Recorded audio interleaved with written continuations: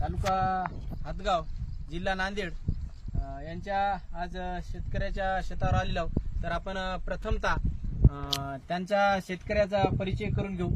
तर त्यांना आपण मल्टीप्लायर हे तंत्रज्ञान सांगून त्यांना हळदीवर कसं वापरायचं काय नाही सांगून त्यांच्याकडून जे काही रिझल्ट आले तर प्रथमतः त्याचं आपण नाव विचारू, पात्र परिचय करू आणि नंतर त्यांच्या तोंडूनच या सगळ्या गोष्टी हळदीमध्ये त्यांनी कसं काम केलं, त्याचे रिझल्ट कसे आले ते आपण त्यांच्या तोंडून ऐकून घेऊ. तर नमस्कार शेतकरी. तर आपलं नाव काय म्हणले?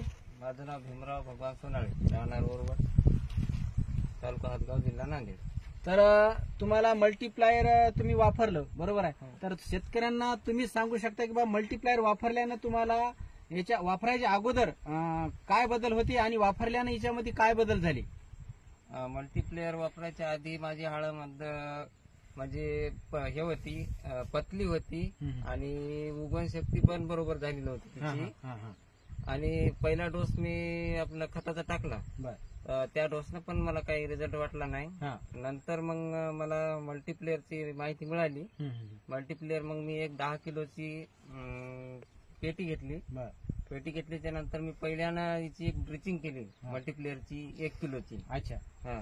आणि नंतर 15 ते 20 दिवसानंतर खतामध्ये मी 1 किलो खताचा एक डोस दिला मल्टीप्लेअर सोबत.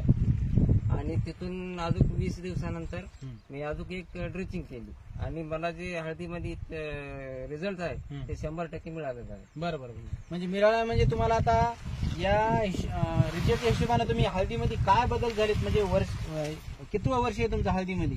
हळदीमध्ये जवळपास 5 वर्ष आहे. 5 वर्ष. आता 5 वर्षाच्या अनुभवाने या वर्षीमध्ये तुम्हाला जे रासायनिक खतावर तुम्ही आतापर्यंत आपण जे हळद घेत होतो, आता यावेळेस तुम्ही मल्टीप्लायर तंत्रज्ञानावरील हळद घेतली, पण तुम्हाला 5 वर्षाच्या हळदीत आणि या वर्षीच्या हळदीमध्ये म्हणजे नेमके बदल काय काय वाटायले? मला बदल, मी याच्या आधी चांगल्या जमिनीमध्ये हळद घेतली होती. बर. ही जमीन तरी मिडियम मध्ये येते, जमीन खडकाळ जमीन आहे. अच्छा. तर मला पहिल्या चांगल्या जमीनमध्ये समजा 15-16चं ॲव्हरेज येत गेलं. पण यावर्षी समजा माझी जे हळद आहे तर मला तर वाटते इतकी समजा रिझल्ट चांगला येईल, मला 30-35 ॲव्हरेज असेल असं मला वाटते. बरोबर. तर दरवर्षीपेक्षा मला यावर्षी भरपूर उत्पन्न मिळेल वाटते. बरोबर.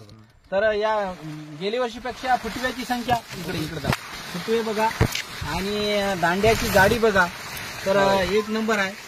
इकडे बघा, ही जी दांड्याची जाडी आहे एक प्रकारचे लाकडासारखे एक निबरडक आणि जाडच्या जाड याची दांडी झालेली आहे. एका झाडावर 5-5, 6-6 फुटव्याची संख्या आहे.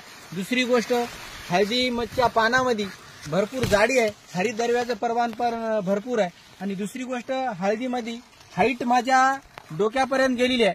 विशेषतः शेतकरी बंधूंनो, मल्टीप्लायर हे विशेषतः पिकावर काम न करणारं प्रोडक्ट नसून हे प्रोडक्ट जमिनीवर काम करणार आहे. कारण जमिनीमध्ये जे काही उपजाऊ क्षमता कमी आहे, जमिनीमध्ये जे काही कर्ब कमी आहे तो कर्ब वाढवण्याचं काम करतो. जमिनीमध्ये अनेक प्रकारचे आपण रासायनिक खत टाकतो, ते खत अपडेट करण्याचं काम करतो आणि पिकाला ह्युमिनिटी पॉवर एवढा जोरात देतो. आणि दुसरी गोष्ट सांगायचं झालं तर जमीन भुसभुस करतो आणि जमीन भुसभुस झाल्यामुळं पिकाची पांढऱ्या मुळ्याची संख्या भरपूर वाढते.